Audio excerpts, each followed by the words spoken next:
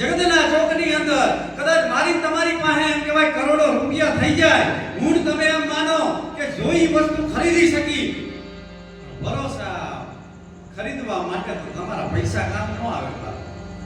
ત્યાં મારું તમારું દિલ, મારું તમારું હૃદય, મારો તમારો ભાવ, મારો તમારી લાગણી, જે વસ્તુ મારા તમારા ઉપર ઓળગોળ જે માણા થતો હોય, ત્યાં પૈસાનું કાંઈ ન આવે. ત્યારે મારે તમારા સમક્ષ એવી વાત રજૂ કરવી છે, ભરોસો કેને કહેવાય વાત.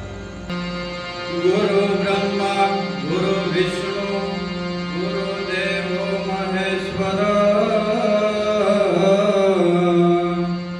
ગુરુ સાક્ષાત પરમ બ્રહ્મ તસ્મૈ શ્રી ગુરુવે નમઃ.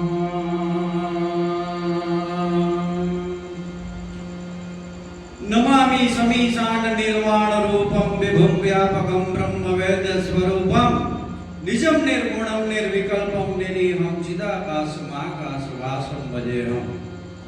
પંચ પરમેશ્વરને યાદ કરીને, મા ભગવતીને યાદ કરી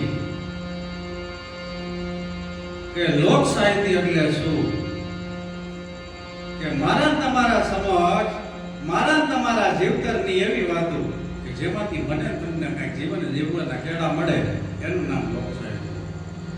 કે ગામડાનો એક અભણ માણસ બોલતો હોય અને શહેરની અંદર રહેલા ભણેલા માણસો સાંભળતા હોય, એને એક લોક સાહિત્ય કહેવાય.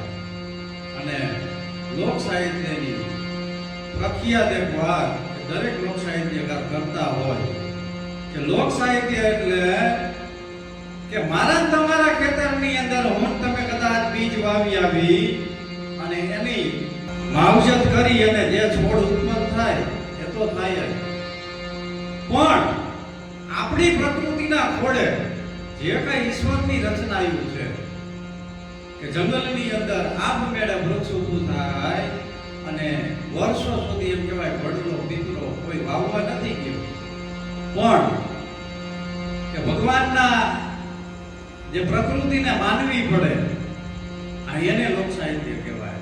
એટલે એની મેળે મેળે જે અંદરથી જે ઉભરા આવે, જે માણા પોતાના જીવતા એમ કહેવાય જે હૈમ્યો હોય અને એની જે વાતો હોય એને લોક સાહિત્ય કહેવાય. બે ત્રણ વાતો મારે તમારા સમક્ષ રજૂ કરવી છે કે રાજા ભોજની કચેરીની અંદર કવિ કાલિદાસ નામનો એમ કહેવાય કે કવિરાજ બેઠો હોય. રાજા ભોજ કવિ કાલિદાસને પ્રશ્ન કરે છે કે તમે ભગવાન ભગવાન કરો છો, આ ભગવાન છે હું, આ ભગવાન હું કરી શકે? ત્યારે કવિ કાલિદાસ એમ કહેવાય ખડખડાટ રાજકાટના કાટલા એટલું કીધું કે મહારાજ મને 2 દિવસનો સમય દીધો.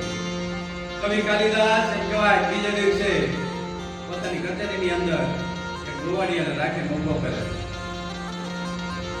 કે રાજા ભોજ તમે કાલે મને શું પ્રશ્ન કરતા હતા? ત્યારે રાજા ભોજ એમ કહે છે ભગવાન શું કરી શકે? તો કે એમનો જવાબ હું લાવ્યો છું. તો કે આ તો ગોવાળિયો છે. તો કે આ એનો જવાબ છે. ત્યારે કવિ કાલિદાસ એમ કહે છે કે તમારે પ્રશ્ન પૂછવો છે ને તો પ્રશ્ન પૂછનાર કોઈ ઉપર ના બેઠો હોય, માટે તમે નીચે આવો. તો નીચે રાજા ભોજ આવે છે, ગોવાળિયાને પૂછે છે કે ભગવાન શું કરી શકે?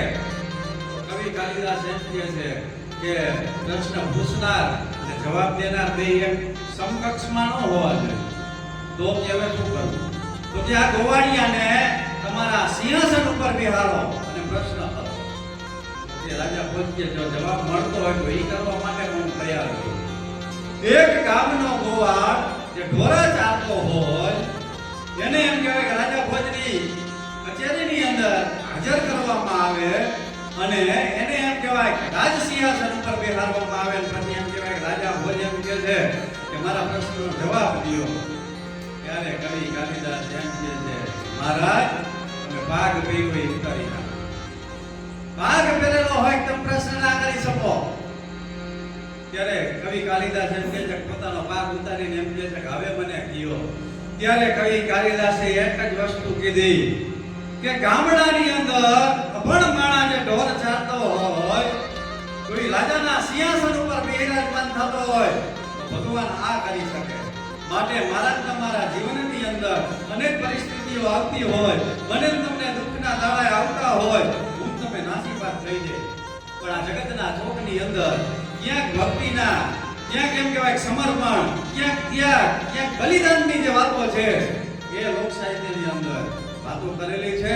અનેક લોક સાહિત્યકારોએ તેમજ જે આપણા ચાર વેદ છે, જે આપણા પુરાણો છે, આપણા જે મહાકાવ્યો છે કે મહાભારત, રામાયણ જેવા, એ મને તમને શીખવીને કાંઈક રહ્યા છે. આપણા ઋષિ મુનિઓ એની અંદર કાંઈક પોતાના જીવ તલવી રહ્યા છે. પણ આજના આ કળીકાળની અંદર માણસની પાસે કોઈને વાત સાંભળવા માટે તૈયાર નથી. પણ આ લોક સાહિત્ય આપમેળે એની રીતે મોટું થઈ અને દુહાના રૂપે 18મી સદીની અંદર પ્રાગટ્ય થયું અને સંસ્કૃત જેવી ભાષા ભૂલી અને લોકો આ લોક સાહિત્ય તરફ વળતા રહ્યા. ત્યારે મારે તમને એક ભરોસાની વાત કરવી છે. ભરોસો વાત એને કહેવાય કે જગતના ચોકની અંદર કદાચ મારી તમારી પાસે એમ કહેવાય કરોડો રૂપિયા થઈ જાય, હું તમે એમ માનો કે જોઈ વસ્તુ ખરીદી શકી.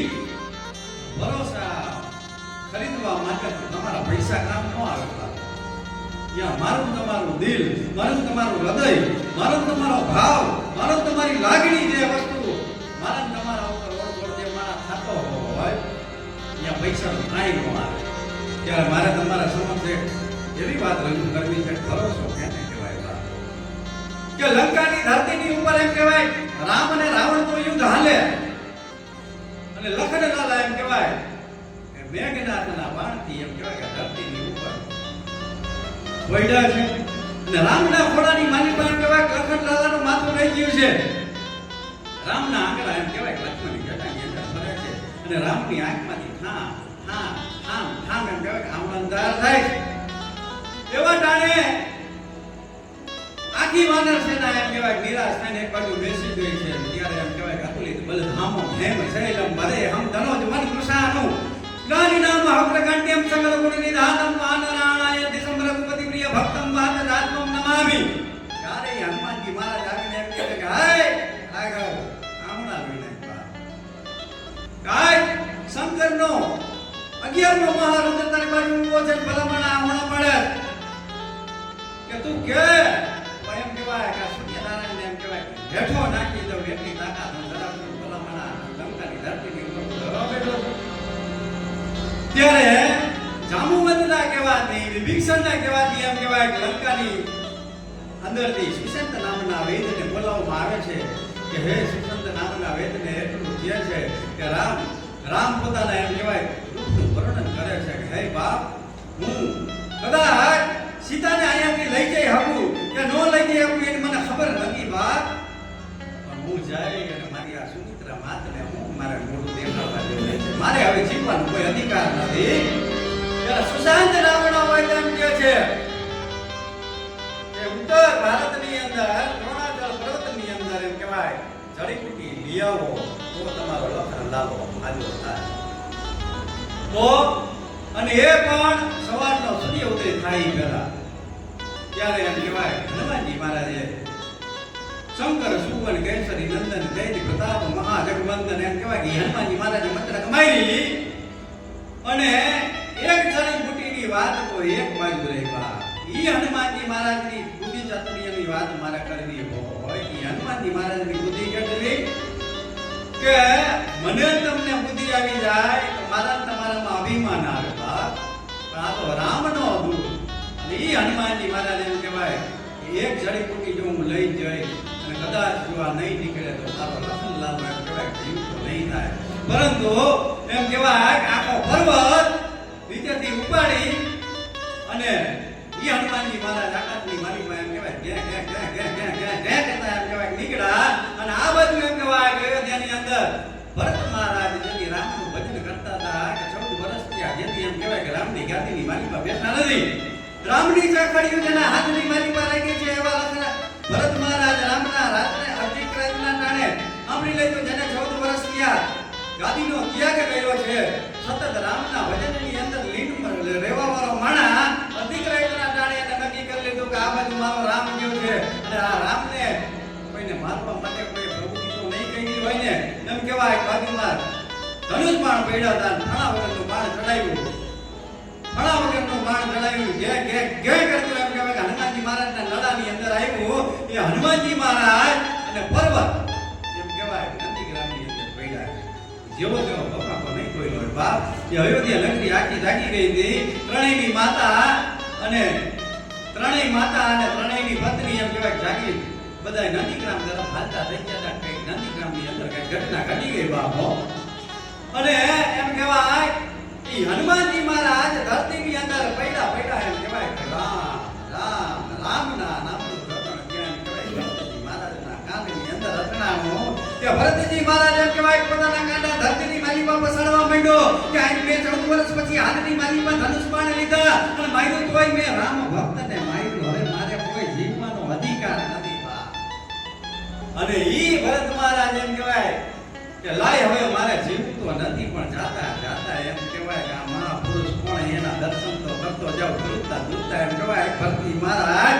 એ હનુમાનજી મહારાજ પાસે આવીને એમ કહે છે કે હે મહાવીર તમે કોણ છો ત્યારે હનુમાનજી મહારાજ ક્રોધાવેશમાં આવીને એટલું કહે છે કે હું જે હોય તે તું કોણ છે એ મને કે મને ઇન્દ્રનું રત્ન ન લાગી શકે મને કોઈ શસ્ત્ર ન લાગી શકે મને અડધી રાતના કાણે આ ફાળા વગરના બાણે મને હેઠો નાખી દીધો છે મને પહેલા તું કે તું કોણ ત્યારે ધ્રુવતા જેમ કહેવાય અવાજ સાથે ભરતજી મહારાજ એમ કહે છે કે આ શરીરને બધાય ભરત તરીકે ઓળખે છે અને ભરત શબ્દ એમ કહેવાય કે હનુમાનજી મહારાજના કાનની માલી પાસે જીવ્યો ત્યાં હનુમાનને એમ કહેવાય કે હેલી ચડી બાગ અને ગળગળતી દોટ દઈ અને ભેટી પડ્યો મમ્મા પ્રિય ભરત સગુભાઈ કે હે મહાપુરુષ કે ભગવાન રામની હું જે એમ કહેવાય કે રાતની સેવા કરતો હોય અને ભગવાન પડકું ફરે તો એ ભરત નામનો પુકાર કરે તેથી મને વિચાર આવતો હતો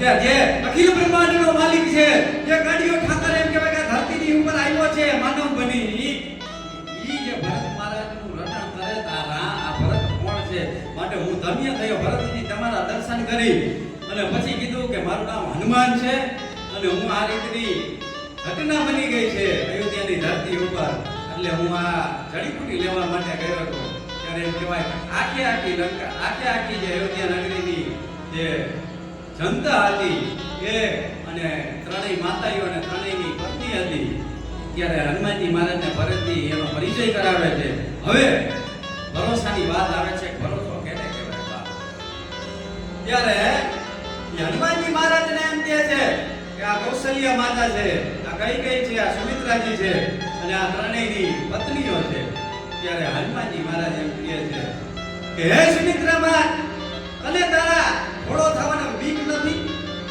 તેથી સુમિત્રા માતા એમ કહેવાય ખડખડ હસીની સાથે એમ કહે છે કે હનુમાનજી મહારાજ તમે ભૂલો છો કે રામના કાજે કદાચ જો મારો દીકરો શહીદી કરી લે આ જગતના છોકરી મારીમાં મારો લખન લાવો અમર થઈ જાય એટલે મારા સાથીના ધાવણ ઉડારા મારે જવા એટલે મને જરાય લગાર ડર નથી અને એમ કહેવાય જ્યારે ઉર્મિલાજીને એમ કહેવાય કે પૂછે છે હનુમાનજી મહારાજ કે હે માં તને તારો જુદો ભગવાન લગાર ડર નથી સાંભળજો ભારતની આર્ય નારીએ શું જવાબ દીધો છે બાપ કે ભરોસાની વાત કેને કહેવાય તો કે હનુમાનજી મહારાજ તમે ભૂલો છો તો કે તમે રામના પડખા ફરે અને ભરતજી રામના રટણ કરે એ વાત સાચી પણ જેના રૂવાણા રામ બેઠો હોય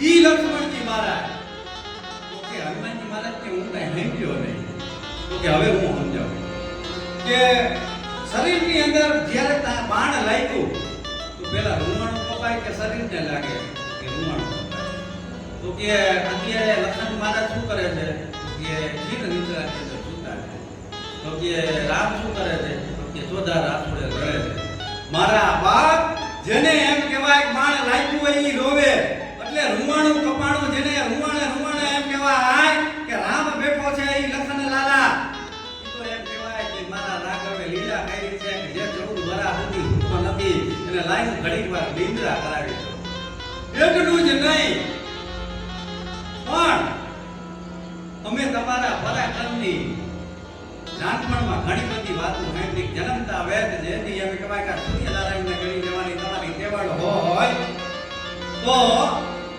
આ સૂર્યનારાયણ શું તમારા વગર તમને પૈસા વગર કબલું ભરવાનું છે એમ માનો છો? માટે હનુમાનજી મહારાજ તમે લખી લ્યો કે આ ધરતીની ઉપર લક્ષ્મણ મહારાજ ઉભા થયા વગર રહેવાના નથી અને મેઘનાથ અને રાવણ મૈરા વગરના રહેવાના નથી. આ ભરોસાની વાત છે. આવી ભરોસાની વાતો મને તમને એમ કહેવાય જીવનની અંદર કાંઈ પ્રાણ ભૂલી જાય. આજ માણા દિન પ્રતિદિન એકલો થઈ રહ્યો છે. મારા તમારા જીવતરની અંદર એમ કહેવાય આપણો એક સમય હતો જેથી આપણે નાના હતા તો આપણે 20-25 જુવાની હારે બેહીને રમતા. શેરીની જે રમતો હતી એ પણ રમતા.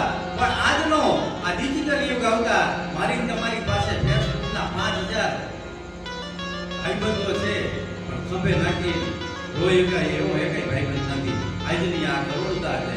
માટે દિન પ્રતિદિન આપણે જોઈ રહ્યા છીએ કે માણસ એકલો બની રહ્યો છે, સાથોસાથ કે માણસમાંથી જાનવર તરફ ધકેલતા રહ્યો છે. કે આવનારો સમય કદાચ એવો પણ બને કે આજે હું તમે જોઈ રહ્યા છીએ કે માનસિક રોગની સમસ્યાઓ દિન પ્રતિદિન વધી રહી છે. ત્યારે આ લોકશાહી મને તમને કંઈક એમ કહેવાય જીવન જીવવાના ઘણા દેખડાવે એવી મારી રીતે બનતી કોશિશ મેં તમારા સમક્ષ કરી. તે બદલ સાંભળવા માટે ધન્યવાદ. તો આ વિડીયો તમને પસંદ આવ્યો હોય તો બધું લોકો સુધી શેર કરવા માટે નમ્ર વિનંતી કરું છું. જય માતાજી, જય શ્રી રામ.